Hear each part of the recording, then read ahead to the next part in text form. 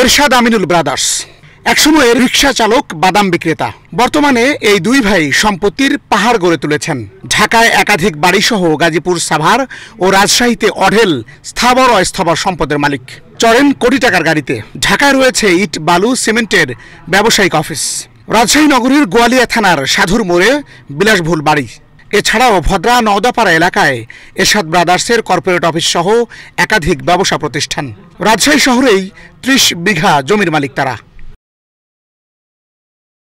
ব্যাংকের কাগজপত্রে ১৫ লাখ টাকার জমি দেখানো হয়েছে কোটি টাকা।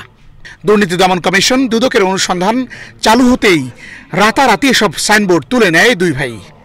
এরশাদ সাহেব নাকি আগে আপনার রিকশা চালক ছিল, মাঝখানে আপনার ব্যবসা করে উন্নতি করছে। ৩ জায়গাতে আমি সাইনবোর্ড দেখেছি, যে গোডাউন পাবেন ওই সামনে। ওনার সাথে বিজনেস করতেছে, উনি আসলে একটা ফ্রড। উনি বিভিন্ন ব্যবসায়ীদেরকে প্রতারিত করে কোটি কোটি টাকা হাতিয়ে দিচ্ছে।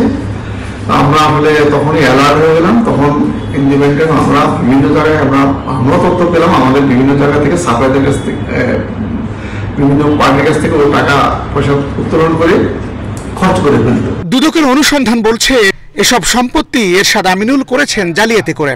লাখ টাকার সম্পদ কোটি টাকা দেখিয়ে ব্যাংক ঋণও নিয়েছেন তারা। এরই মধ্যে এবি ব্যাংকের মামলায় গ্রেফতারি পরোয়ানা জারি হলেও ধরা ছোঁয়ার বাইরে দুই ভাই।